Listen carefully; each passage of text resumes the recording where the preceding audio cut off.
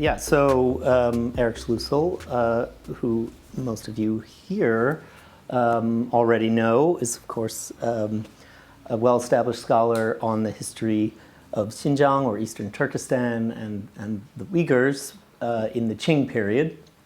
And he's the author of the Fairbank Prize winning book Land of Strangers, and more recently, a translation of the Tarikh-i Ḥamidi by Mullah Musa Sayrami, an extremely important historical source for the history of the Uyghurs, which was long not only unavailable in English, but also really difficult to access in the original, which is something I think that Eric will talk about a little bit. Yeah,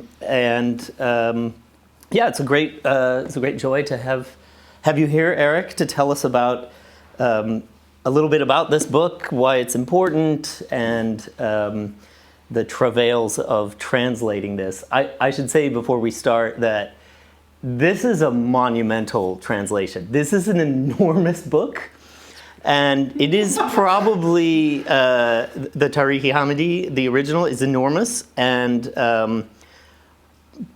probably the most difficult to read, the most sophisticated language of all the important sources for Uyghur history in the Chaghatay or Turkey language. So I know this took you many years to finish, and I had long thought that it would never be translated into English simply because it is just too big of a task to do. So I'm super grateful to you for doing that. But so let's though get into a little bit of introduction. Can you just set the scene for people about when and where this source is created? Who are the people involved? What is the political situation? So this book was written at the dawn of the 20th century by a man from what we now call Xinjiang or East Turkestan, Musa Sayrami. And he was looking back at chaos that had taken place in his homeland in the 19th century. So in that period, Xinjiang was ruled by the Qing Empire.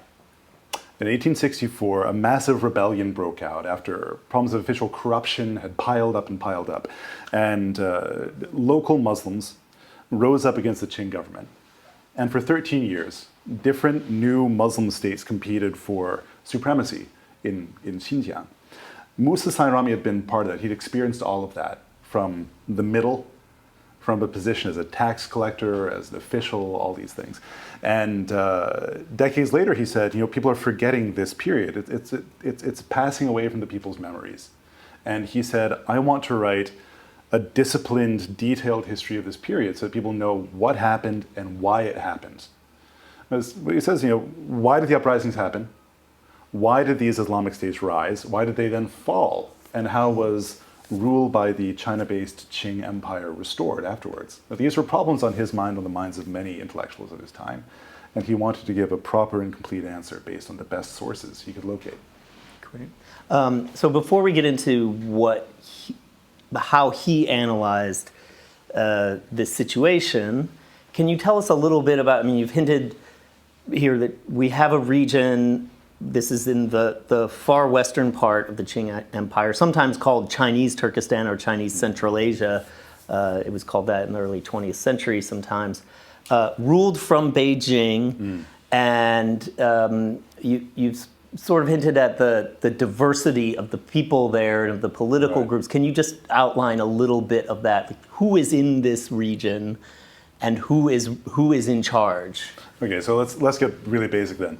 So the Qing Empire was a big multi-ethnic empire based on what we now think of as China, China's last dynasty, ruled by people from the Northeast who were not Chinese ethnically.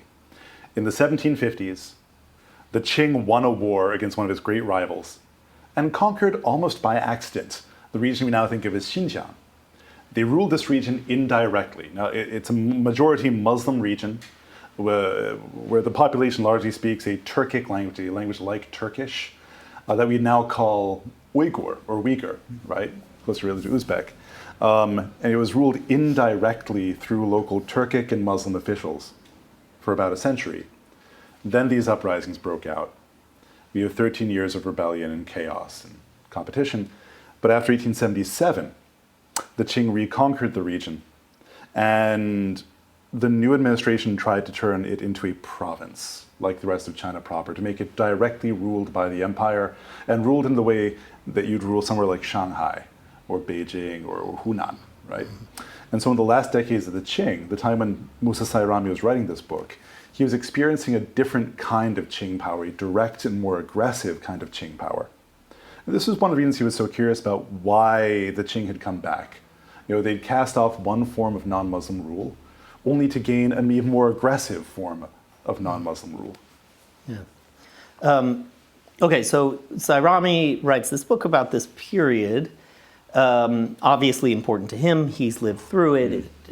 It determines all these political maneuvers and wars are determining his fate and the fate of everyone he knows. So it's clear why this book would be important to him to write.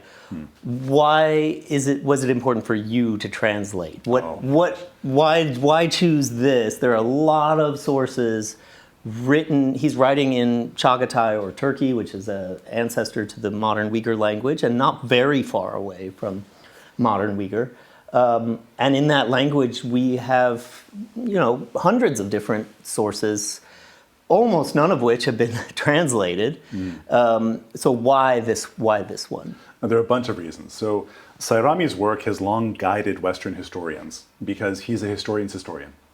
He checks his sources, he tells you about his methods, he tells you when different stories conflict, and he explains why one is better than the other. So historians have long thought of Sayrami as being the best source for the, we'd say, eventful history of Xinjiang. He knows about events. You can pinpoint dates and places. But, I sat down to read him when I was doing my dissertation research and found a whole lot of other stuff which had not appeared in the scholarship. Like, there's one line in the middle of the book where Sayrami explains that these new Muslim states had not worked out and they'd grown tyrannical, and he says, the common people cried out for the emperor of China to return. And I said, that's a really interesting statement for a famed Uyghur historian to make, right? That the people wanted the emperor of China to return. I said, well, why is this? And I began to explore his sort of perspectives on politics in the world, the way that he explained his world, and thought this is an interesting image of the mentality of someone who's living through this period and who examines it really critically. Sometimes, people disregard sources written in Uyghur or in Chaghatay from this region because they're not factual enough. China is trying to ban the use of these sources in research and in study. And part of this is me showing how valuable these sources really are, not only for events, but for the sake of a deeper cultural history of the region. It also adds a lot of nuance to our discussion about Xinjiang history. So the last time I saw a number of my colleagues in 2017, I was conferring with a number of Uyghur and Hui and other Han colleagues at a conference in China. And I said to them, as a Western scholar, what can I do to enrich our conversation? And they said, well, among other things, translate the Tarikh-i Ḥamidi. Because to them, this book represents a native voice with a complex and nuanced view of the history of the region and of China. It does not fit easily into a modern Chinese idea of history at all, but it also doesn't fit into, let's say, a Uyghur nationalist view of history either. It doesn't serve any clear political side today. What it instead does is it can add complexity and nuance to our conversation through the voice of someone who's from the region. Okay, so what then does Sayrami say? I mean, as you said, when this source has been used, it's tended to be used by scholars working from the original to kind of establish the facts of these rebellions, and particularly the state that Yaqub Beg established in the 1860s through 1877. What kind of state was it? How did it work? Those kinds of questions. And for you, this source is equally interesting for its its analysis of the larger historical forces and where legitimacy comes from, things like that. So what can you summarize for us? What is Sayrami's take overall on these broad events? Sayrami's take is really that of a pretty traditional Muslim historian who has no patron and is very free to turn a critical eye on the events of his world and of his lifetime. Fundamentally, he says, he frequently cites a passage of the Quran that tells us very simply, God places the crown of kingship upon the head of whom he will. And he takes that crown from the head of whom he will. And Sayrami makes it very, very clear. It's like the relationship between a shepherd and the flock. The shepherd doesn't own the flock. God is the owner of the flock. And the shepherd must be just and must respect the Sharia and must respect the boundaries and the practices of the Muslim community. So what does Sayrami say? He says that previously, the Qing emperors always respected Islam. They allowed Muslims to live as Muslims. And he kind of creates a legend suggesting that the emperors of China are especially protected by God because since time immemorial, they've always protected Islam and Islamic practice. But he sets this up in order to say that, well, in 1864, why did the Muslim uprisings break out? Because the new emperor ceased to protect Islam. And therefore, God took the crown of kingship from the emperor's head, and he placed upon the head of 𝗏𝗏𝗍𝗍, a military officer from Central Asia who establishes a state. But Sayrami says 𝗏𝗏𝗍𝗍 grows tyrannical, and he takes the crown of kingship from 𝗏𝗏𝗍's head. 𝗏𝗏𝗍 dies, and a new emperor who's capable of producing justice for the common people arrives. And so God gives the crown back to this emperor of China. Sayrami also suggests that the emperor of China might secretly be a Muslim, which is a really interesting detail that he has strategically, I think, in order to suggest that, of course, Muslim power is coming back. Sorry, Chinese power is coming back. Because from a certain perspective, Chinese power is legitimate. It could be Muslim. It definitely has the capacity to produce justice. Mm-hmm. And so part of what Sayrami is doing is he's comparing the different empires around him, the different sources of legitimacy and the different rulers to say, okay, who is actually making justice for the commoners? Sayrami was a tax collector. And Sayrami talks about managing a granary. He talks about how farmers suffered under one form of overtaxation or another. He's very concerned with the welfare of the common people. But he also invokes an old trope of Islamic Central Asian discussions of kingship, which is astrology.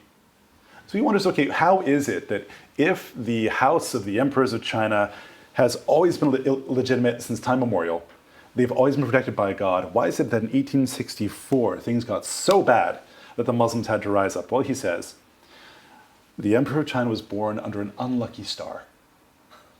And so the emperor, he's wondering, because in the middle of the 19th century, China was in chaos. There's invasions from multiple foreign forces, multiple uprisings. China was in a state of civil war, and everyone knew it. According to Sayrami, the emperor asks his dream interpreters and he asks his astrologers to determine what the problem is. And they say, you have a bad astrological chart. And until you go under the ground, China will never be at peace again. And so this emperor fakes his death. He goes under the ground, according to the story, and then raises his little cousin up onto the throne. That's a Guangxu emperor. And the Guangxu emperor is capable of producing justice. Therefore, the land is restored. So he has multiple, and these are just a couple of them, but there are multiple explanations for why power rises and falls.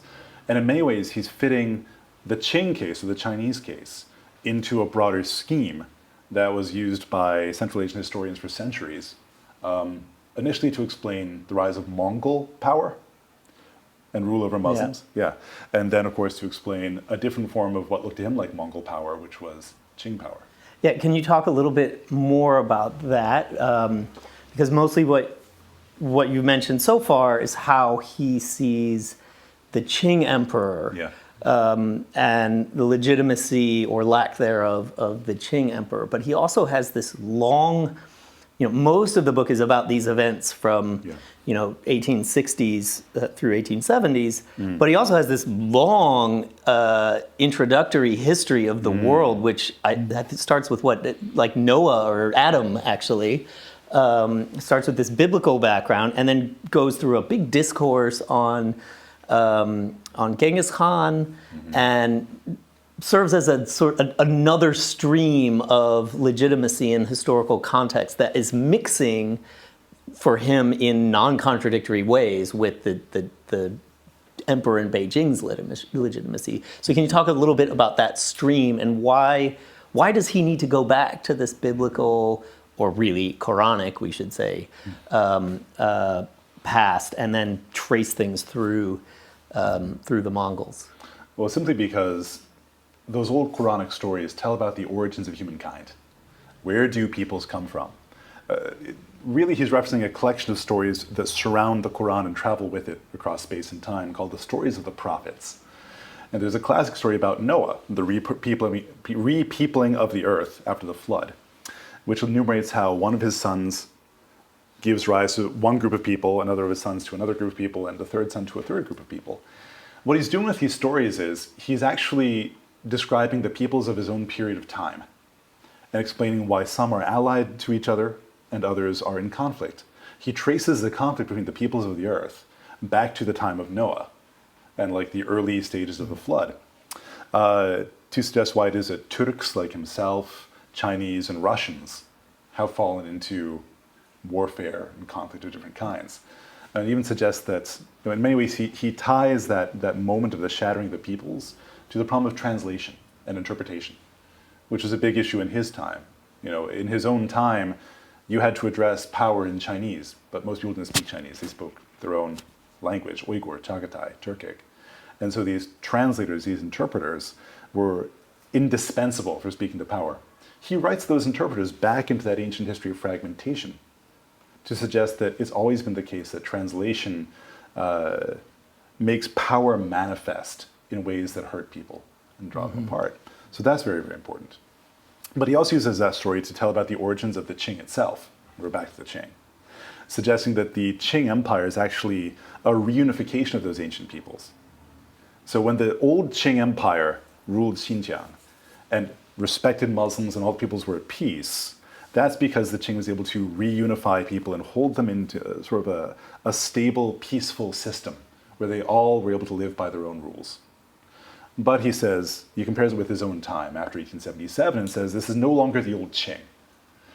He says at one point, this Qing that's come back, it's like reviving a zombie, reviving a dead creature and finding out that it died of hunger and will destroy you and consume you, right? So there was something good in the past, he says, nostalgically, but there's something really terrible and tyrannical about this new system.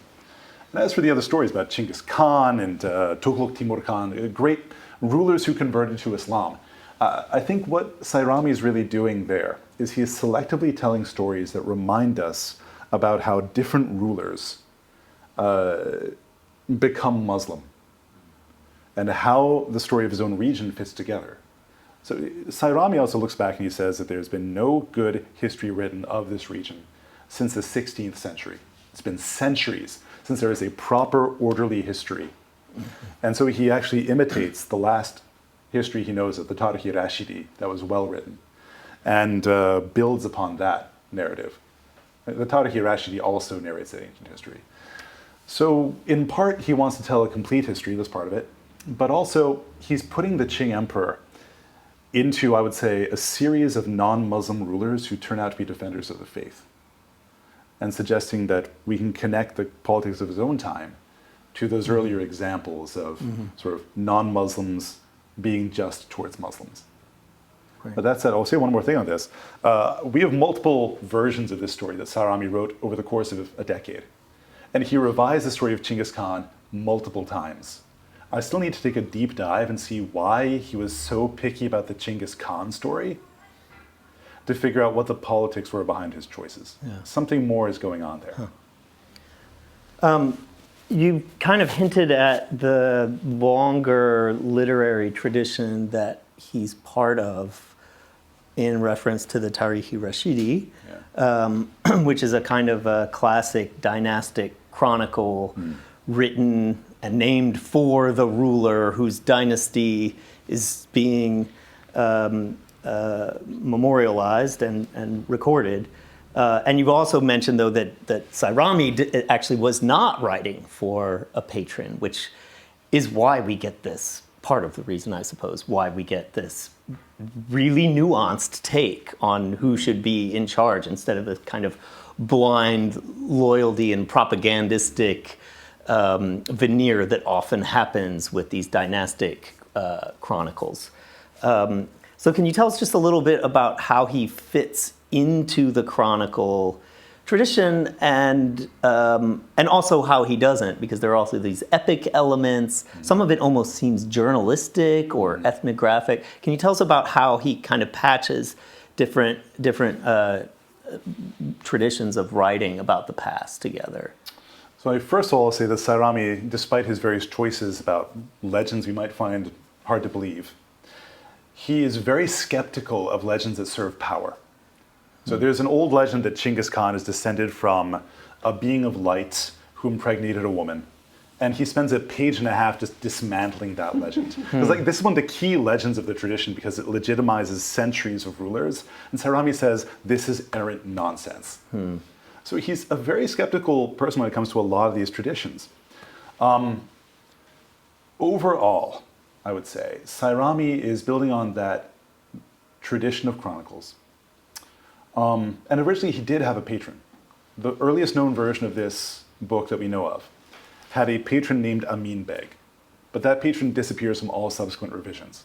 We might suggest that Amin Beg was not very happy with the results. And Sayrami suggests he wrote this really for his friends. Now, whether or not we believe that, we can debate, right? That's part of why he's able to be so critical. The story he's telling here draws upon multiple elements, though. Because like you say, it's kind of journalistic or ethnographic. Sayrami is explicitly drawing stories from the marketplace and from oral traditions and from sources written on paper. He even tries to draw upon Chinese sources to explain the world around him, right? And asks people he's in contact with by letter to send him information from elsewhere, which is one way he encounters Chinese Muslim sources.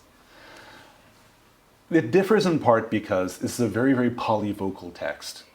And that's one of the reasons it's so hard to translate, because Sayrami's voice changes a bit, whether he's being sort of more oral in his presentation, or whether it's something more written.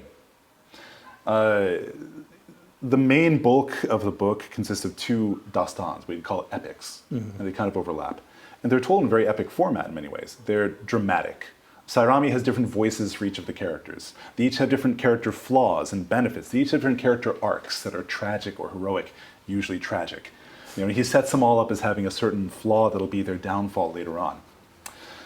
And he says at the beginning of one of them, you know, come and listen to the great and exciting tales of who is up and who is down, and how the spheres of the universe turn and lead a great dance of power. You know, he wants people to engage with these stories in some ways, the way they'd engage with the stories being told at the marketplace and market day, and to remember the people, these heroic or tragic individuals, as epic heroes, right? So I think he's drawing on that in particular.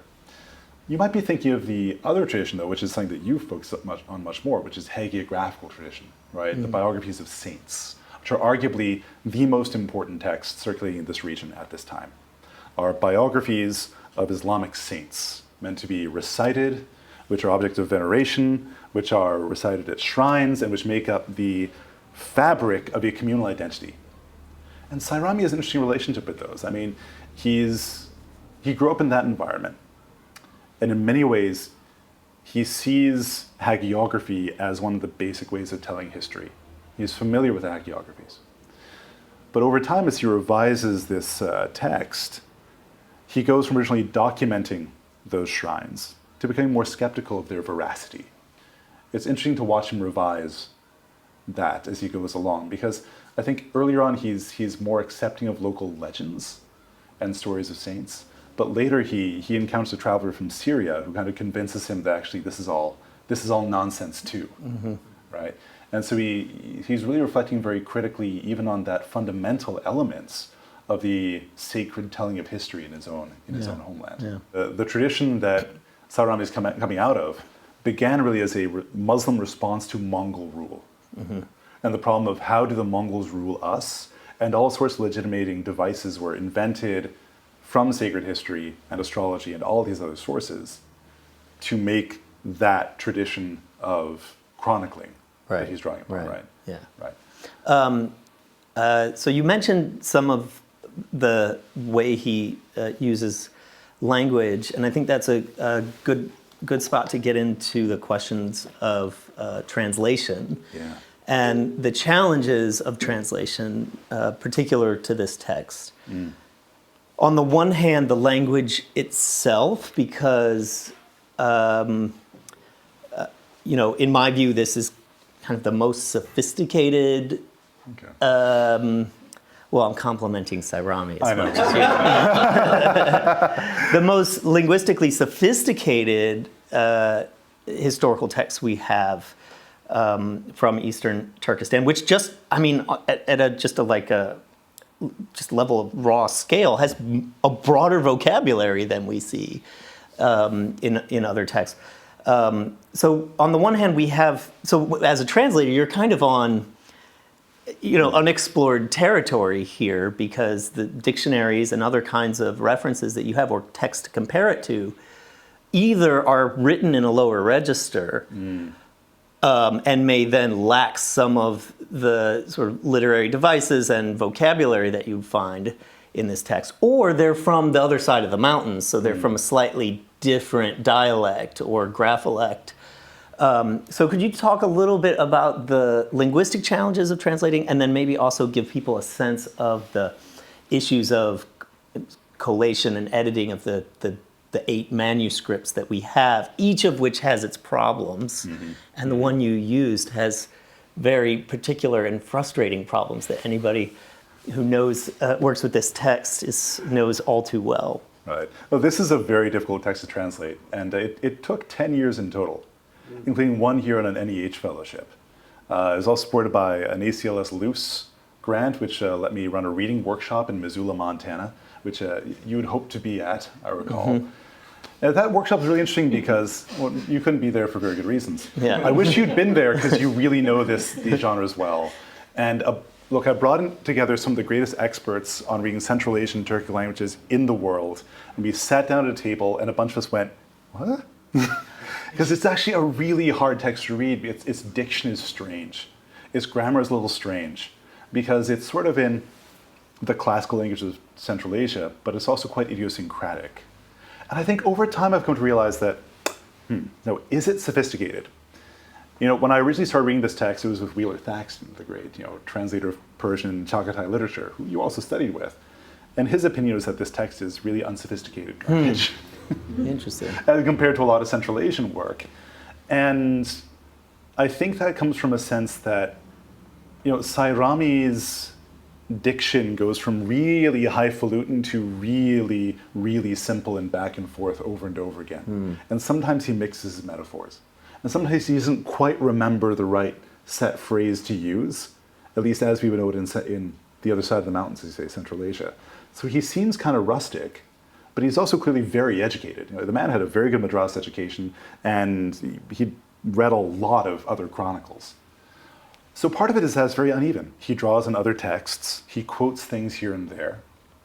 Sometimes he speaks very, very plainly, and sometimes he speaks in extremely fancy and complex register. One sentence at one point took me, over the course of years, several days of going back to it over and over again to figure out exactly what he was doing with his complex grammar. It's hard to translate. The thing that helped me most when translating was reading Shakespeare and reading George Eliot. And George Eliot, wonderful. Why is that? Because so Shakespeare has a sort of epic quality to it. So Macbeth was on my mind a lot during this. Actually, at one point I used Macbeth to translate something. And Shakespeare has that sort of epic rhythmic diction, which is simultaneously poetic and elevated, but also comprehensible to a broader audience, which is the point of Shakespeare in its original context, right?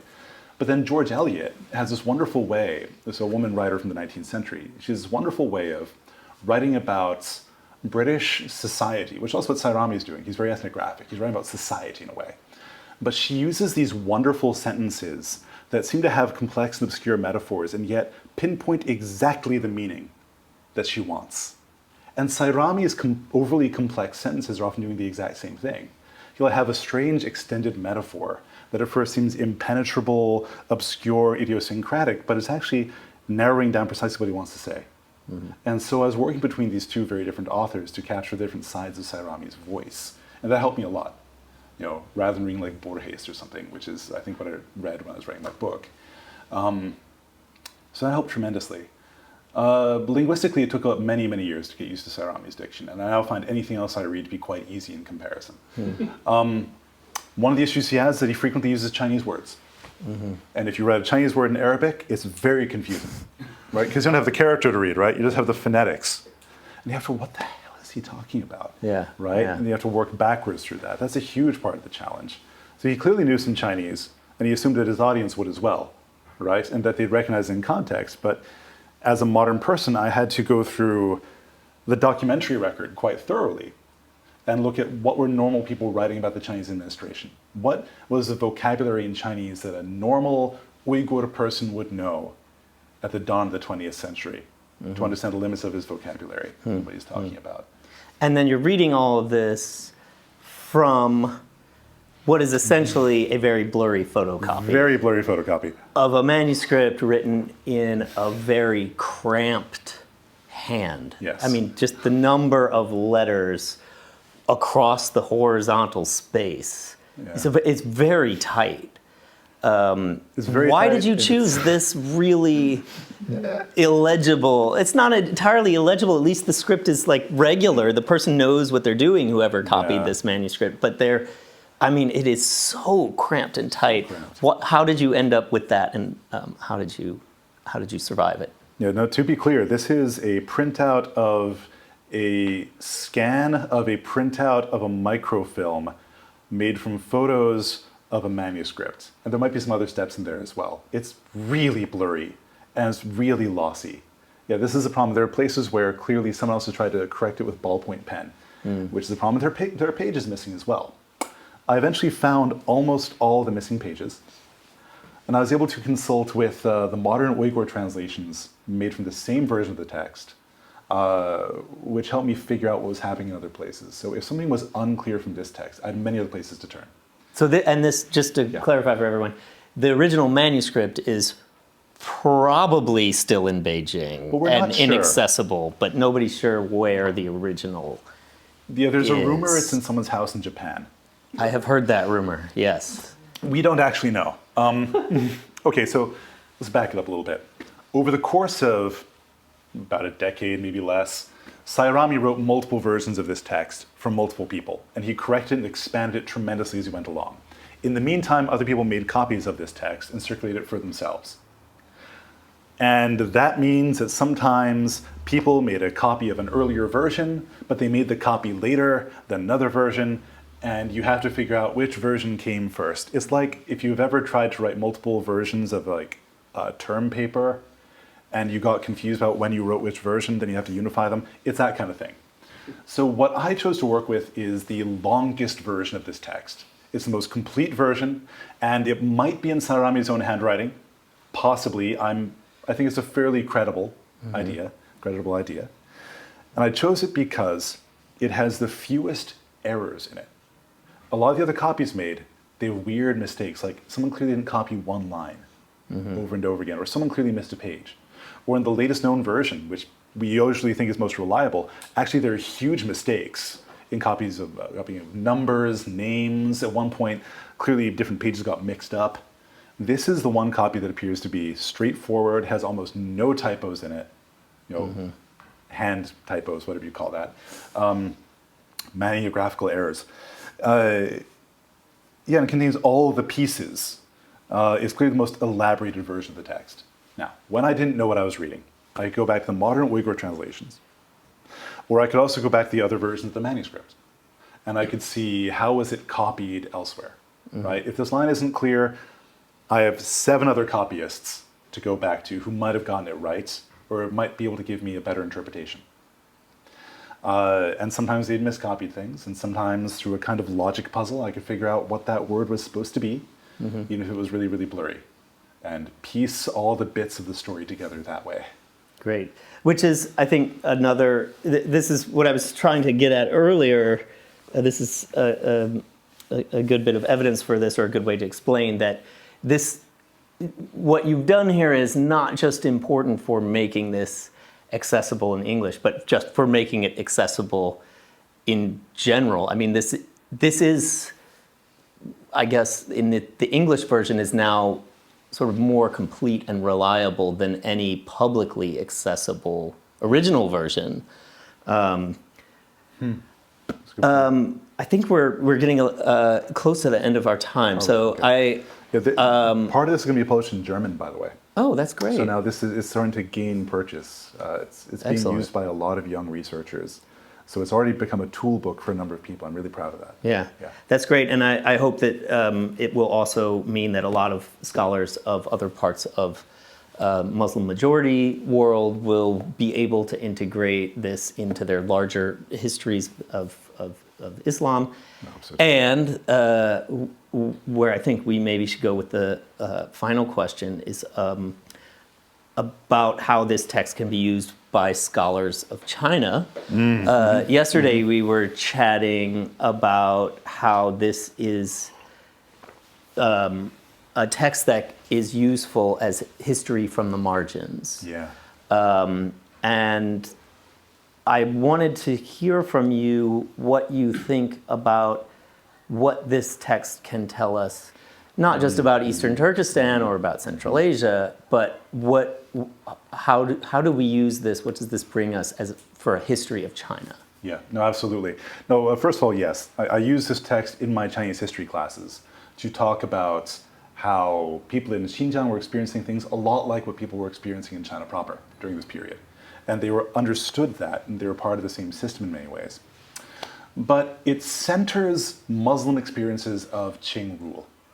And so when you look at the last decades of the Qing from the center, you tend to get one story. It's very much a story about becoming more modern. It's about national awakening and self-realization. It's about China becoming a nation state, right? Even before the declaration of the Republic of China. From the margins, though, and just like if we wrote a history from, say, the perspective of farmers in central China, this says something about how the Qing worked in practice. And for powerless people across all of the Qing in this period, the Qing seemed like an increasingly extractive and violent state in its last decades. Just like in the West, we talk about, we have a letter of the law. We know the letter of the law does not apply the same to different kinds of people because of racism, because of classism, these things, right? This is a text that speaks to the presence of ethnic difference and class and the ways those articulate with the rule of a nominally benevolent empire. And so Sayrami wants to speak to the experiences of ordinary farmers. And what I find in this text is a lot that farming and working people in Xinjiang had in common with farming and working people in China proper. Great. Well, thank you. That was fantastic. And even though I've talked with you about this text many times, there were also a lot of new things for me there. So thank you to everyone for coming, and thank you to Eric. Thank you so much for having me. Thanks for being here. Always good to be back. It's good to be back. It's great to have you back. Thanks. Do you have time for a few questions? Yeah, I'm around, totally. From the group? And maybe and if you don't want it to be used in any kind of video, just let us know. But we can still kind of put your question into the video if it works out. Then we can all edit all together to make me sound coherent, which is the goal here. Wait, stance. There we go. Yes, David. So, Eric, I have two questions for you that I think are not entirely related, but may run in parallel, right? So, one of the things that you were talking about a little bit was sort of the Sayrami thinking about how this history was supposed to be preserved for people who had forgotten. Yeah. And I'm just curious about audience of the text in its day. We talked about who this was produced for and what became of these manuscripts, but who was reading this when it was written, and what has its legacy been over its history in terms of who was having access to it? And I guess a parallel question is you recognized at the outset that the current contemporary PRC government is trying to limit the use of this text. Yeah. And I would be curious as to understand why you think that is. I mean, I know that histories are sensitive, and this period of history is particularly sensitive. But given the things that you said about, the Qing as being an extractive colonial empire, you think that that would sort of chime with some of the things that the Communist Party was trying to say about the reasons why the party is a liberating and just, rule. And I just, what reasons do they have for wanting to stifle this story? It's really one question, because you're talking about what's been the reception of the text over the past century. Pretty right? much, yeah. So Sayrami in his time, he wrote this text, I think, basically for his friends and people like him. Other Turkic Muslim people who had one way or another experienced this period, and many of whom had been forced to collaborate with the new Qing state. We don't really know what Sayrami did in the last decades of his life, but I suspect he worked for the Qing for a while. That's probably how he learned his Chinese. But it was received in many ways. So first of all, the earliest known copy of this we actually have is a printed version made in Kazan in Tatarstan in Russia, which is interesting. Okay, so that version began to circulate among intellectuals in the Russian Empire and maybe Muslim intellectuals, and I think it found its way back to Xinjiang eventually, where cosmopolitan Uyghur elites started to think of this as the essential chronicle of their own recent history.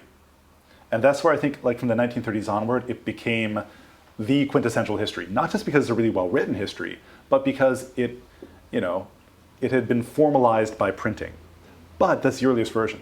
And Sayrami kept expanding his text and selling copies of it, sometimes to foreign travelers, but sometimes copies were made locally. It's very clear that this text is found all across East Turkestan, in different places. It was copied for various reasons. Sayrami is very critical, especially, of 𝗏𝗏𝗏𝗏𝗏, the Hokkandi warlord who established an emirate of Kashgaria from 1865 to 1877, and writes him as a tyrannical figure who was inevitably going to cause his own downfall. Sayrami is critical of his own friends, the initial leaders of the uprising, the 𝗏𝗏𝗏𝗏𝗏, who he says, they're Sufis, they're Islamic mystics, they have no business running a state, right? He's very critical of all these people. But we have evidence that sometimes this text was copied by people locally in order to celebrate these same figures. Maybe they're not reading the critical tone in Sayrami's analysis. They might only copy the part about 𝗏𝗏𝗏𝗏𝗏, right? And see this as a celebratory act. In fact, we know this from one copy of it. There's marginalia saying that this was copied in celebration of the return of one of his sons. So it was received in different ways. Now, we only know about, if we extrapolate it, at least 12 manuscripts, which, as Ryan has pointed out to me, isn't really that many in the scheme of things. We don't know how this was read, though. We don't know if it was read out to people. We don't know if there are more copies we're not aware of. It probably wasn't as popular as, say, the hagiographical tradition, but it did circulate much more than I'd expected, and some of the copies are written in a really rough hand, suggesting that this wasn't just for the elite of elites, it was also for a broader reading public who might celebrate this past. Now later on, of course. Okay, so this version, the latest version that I worked from, was collected and somehow ended up in the Chinese Academy of Social Sciences, where it was initially translated in the 1950s, actually. There's a secret Chinese translation from the 50s no one's seen. And as you're suggesting, this history of anti-Qing imperialism used to be very much in harmony with the Chinese Communist Party's ideology until very, very recently. The Qing was the villain of history because they were imperialist, plain and simple. And China had moved beyond that. Plus, Sayrami was able to provide information about Uyghur society, right?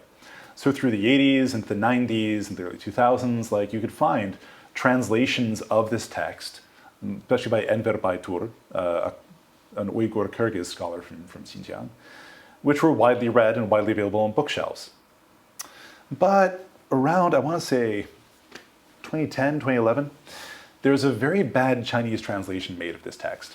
It's an atrociously poor translation. It's missing parts. When the translator didn't understand a phrase, he just skipped it. He mistranslates things. And some of the formal language, that's sort of just a boilerplate, is translated as though it's extremist Islamist rhetoric. And I think the Chinese translation started giving the impression that Sayrami was some kind of extremist, which obviously, from my discussion, he wasn't, right?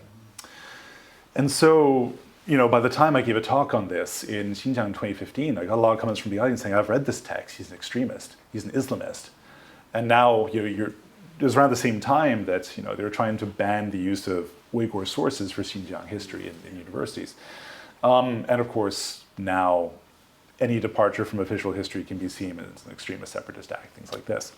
So the most recent translation of this text into Uyghur is actually published abroad by 𝗶𝗏𝗏𝗏𝗏𝗏𝗏𝗏𝗏𝗏𝗏𝗏 from University, who now lives in the US, and it was published in Istanbul.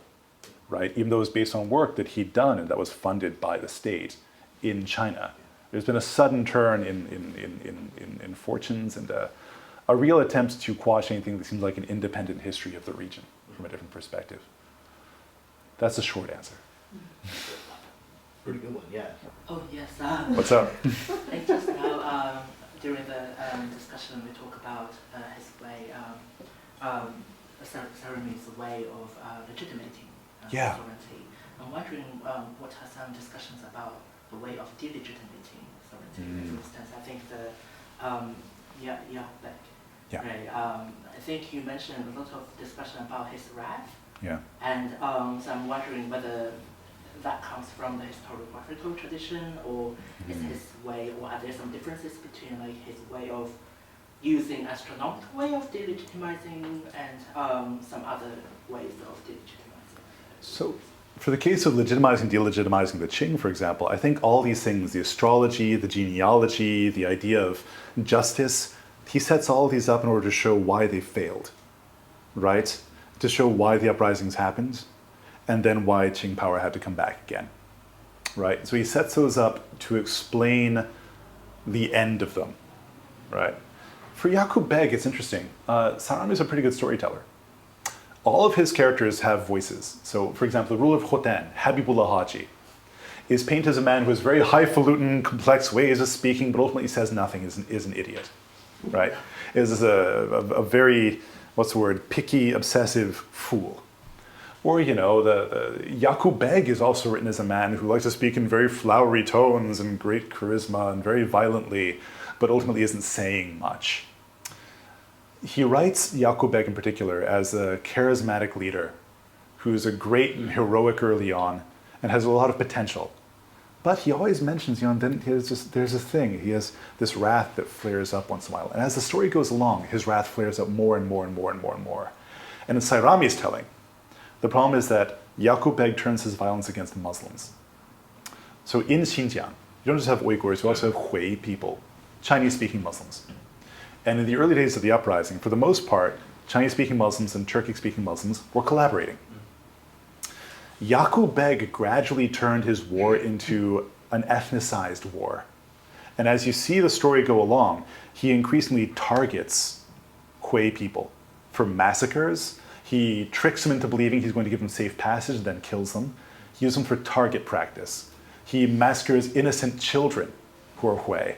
And as this goes along and along and along, Sayrami emphasizes how his wrath is flaring up and he's doing more and more injustice. Yaqub-Beg is supposed to be doing just acts, right? So a woman complains that one of his soldiers stole her yogurt. And Yaqub-Beg says, okay, cut his stomach open, we'll find out. So he's increasingly written as someone who, by trying to do justice, actually does injustice. And this delegitimizes him in the eyes of Sayrami. When the Qing army comes back, Sayrami on the one hand sees him as this looming and threatening force, but he also uses the voice of the first Chinese governor of Xinjiang, Liu Jintang.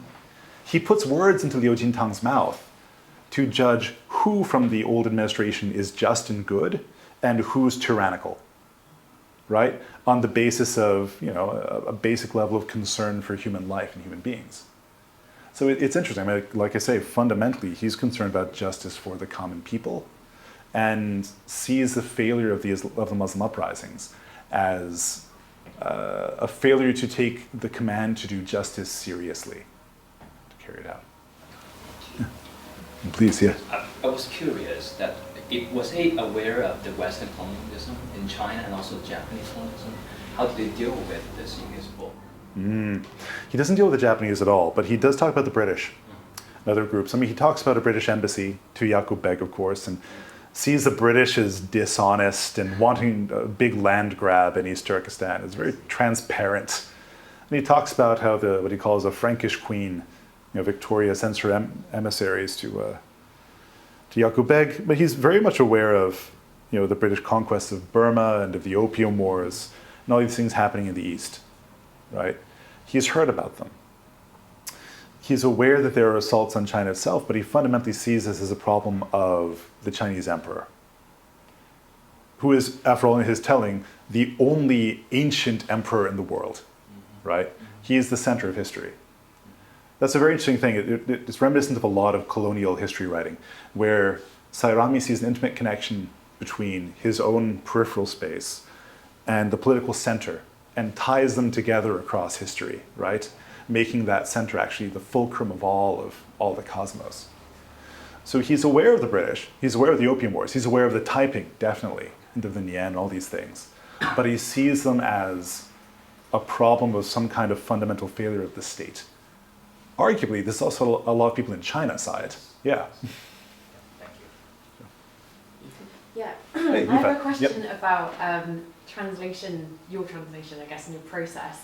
I know a lot of, or I've heard some contemporary Uyghur poets and their translators, like in conversation together, speaking about very understandable anxiety about linguistic death and like linguistic visibility and all these different things.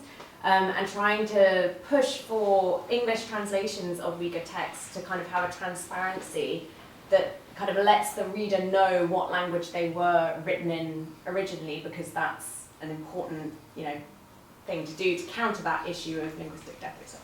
And obviously in poetry that's one thing, and in like translating a historical document is very different. But I'm just wondering whether you had considerations of that and how you dealt with like showing the language of your source in your translation, given the context that you're working in this particular historical political moment. It's an excellent question. I mean, the translation is always betrayal, to some degree, right? I mean, it's a famous phrase, and I think for a long time that actually made a lot of us working in this field very trepidatious and very hesitant to do any kind of translation, because we felt like it'd be impossible to represent an Uyghur voice unless it was in the original language. I think that's an idea that held in the field for quite some time. How do I go about dealing with the original language? There's a lot of things. I've tried to think a lot about how Sayrami's marking shifts in rhetoric, but also how he's quoting from Persian or Arabic or Chinese.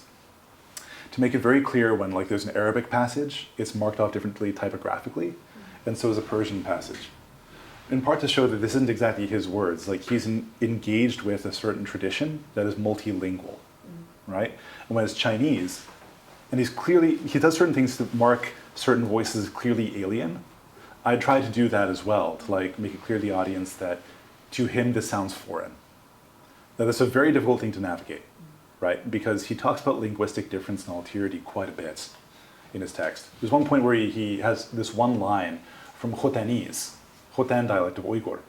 And I really struggled with how to translate that without using some broad parody of a Western rural person. I eventually used a line from Macbeth, which is one of the reasons that Macbeth was on my mind, to render that. And that relates to a whole discussion of how Shakespeare represents alterity in his rendering of speech, right? So I had to think of Sayrami as an author doing the same kinds of things that early modern and 19th century English authors were doing, and think about their strategies and the kinds of voices that he was nearest to. Now, some people are probably going to call me out for not doing a real uncomfortable, clunky word-by-word translation, which I think a lot of people in the Central Asian history field would prefer, because there's a feeling that we still need to do the basic philological work before we can present a readable translation to people. And I disagree with that. I think that there's been enough work on this done in Uyghur that I'm building upon, that it's okay to present the readable translation, because even if it's not perfect, it's one way of communicating this set of ideas and problems and questions. I try to preserve Sayrami's metaphors as much as possible, which are quite clear. His idioms are still there with footnotes explaining them. And I try to explain the kinds of references he's making. I thought a lot about intertextuality, because to do this I had to read really broadly in the manuscript record of the region from that time period, and think very cultural historically, really, about mentalities and what he would have known, what he would have thought, and how he would have thought about certain words and terms. And I don't know, in some ways I really tried to inhabit that subject position as much as possible. But I know that it's not really perfectly achievable, but I think we have to engage in that efforts, which is really at the core of the humanities, even if we know we'll never achieve that kind of perfection. That was at least 3 answers all mixed up together in different ways. But it's a really important question. It's a really important question. And a great answer. poetry, I'm wondering whether the untranslated poems have, because I think you mentioned they are connected to the previous epic part. Are they providing some new, different perspectives, or what's the connections there? Do you mean the untranslated poems from the end of the manuscript? Exactly. Right. So there's a big collection of poetry at the end of the manuscript that I didn't touch, because I am not a good translator of poetry, or of verse, in part. And we don't fully know their authorship, we don't fully know how they relate to the rest of his project. 𝗦𝗽𝗲𝗶𝗿, whom I mentioned before, published a lot of these in Uyghur translation many years ago. And it was just a whole separate project, because we don't know if Sayrami was collecting these or writing these or what the claims were, what claims were made in these. One thing about the version of the text that I used is parts of it are kind of unique. They don't show up in other manuscripts of this text. And I think one of the later ones especially might have someone else's voice inserted into it. So I wasn't sure about taking on that whole collection of poetry until I had a much firmer grasp of what seemed to be Sayrami's main project. Yeah, I don't know what to do with that yet, to be quite frank. Yeah. Yes, Pete? This is just a mind-boggling project. I mean, 10 years. I got to get inside your mind and your heart for a second in terms of what kept you going day after day. And oh my God. I mean, you've made, it's very clear that, as a history, Yeah. for other historians, it's incredibly important. So there's a clear academic rationale for it. You've also mentioned that it's a marginal, you guys talked about how it's a kind of marginal perspective. Mm-hmm. Is that kind of the main motivation beyond the academic, or was there a normative agenda? What kept you going with such a Herculean task? Or Sisyphean, if you will. It's every day, Pete, every day. You did finish it. I did eventually, sort of. There are mistakes. I've already found mistakes. Anyway, what kept me going? Well, like I said, originally, Sayrami's voice really guided me when writing the monograph. He's very present in my mind, and his analysis of things was part of my analysis I put forward in my first book, which I finished on the second floor here, and submitted by email. That day. So he'd been part of me, and I felt I needed to honor that. And at one point I just realized that I had so many notes in Sayrami and so many little translations that I already had 2% of a translation already, so why not just keep going? Okay. But really what did it was, in 2017, when my colleagues said, if you can do anything for the discussion around Uyghur history and anthropology, you can do three things. One, write a textbook for reading Chaghatay, did that. Two, run an Uyghur history class. I do that at my university, GW. I've done it twice, it's very popular. And three, translate the Tarikh-i Ḥamidi. And 6 months later, many of those colleagues were silenced or disappeared or imprisoned. And the fact is, I want to honor the project that we made together. We had a plan together to move forward and nuance the discussion around this region from a complex humanities and social sciences perspective as academics. We had a plan to do something that would have been great, and that was genuinely interesting and objective and would have been very helpful to the global dialogue. And yet the same colleagues who want to bring nuance and to depoliticize the discussion, to make it less polar, were then silenced. So who is the fault to? I'm the person with privilege in that room. I'm the person with access to freedom of speech, to publishers, to institutions that will give me money to work on this project. So I figured this is part of my job, it's part of my responsibility. It's a big part of what kept me going. And increasingly, as the crisis in the region built after 2017, I felt a real obligation to play some role in what's now become, as Aoife was pointing out earlier, a flood of Uyghur voices on the global stage. But when I present this work, I show a half dozen new books by Uyghur authors, many of which are in English or will soon be in English. And I'm just happy to make one contribution to this. 10 years ago, you wouldn't have been able to find any primary sources to teach Uyghur history. And now there's so much to bring these voices out into the public sphere.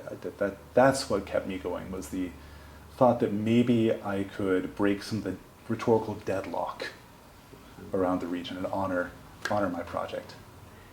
it's interesting that responsibility, that sense of responsibility was so central, because when I think of a kind of stereotype of the Chinese intellectual, it's this idea of 知识分子的责任感. You know, intellectuals must serve society. You know, we must be selfless and be responsible and serve the greater good. But maybe that's a kind of self-stereotyping that glosses how actually this is a cultural universal. You know, we all tend to feel this responsibility, especially when we're put in a situation like you were put in, where the people who perhaps could have spoken for themselves are no longer able to. I've learned a lot from my Uyghur colleagues over the years, in terms of work ethic, in terms of self-presentation, in terms of responsibility, especially in terms of responsibility to objectivity, right? Some of the greatest scholars of Uyghur society are, of course, to be found in Urumqi and Kashgar. And they are engaged with global literatures. They read broadly, they research extensively, and they have a great sense of how important it is to do clear, empirically grounded research using innovative and accurate analytical frameworks. And they taught me a lot. I think that's a nice place to end. All right. Thank you, Eric. Thank you for having me. It's good to be here. Thank you, everybody. Lots of good questions.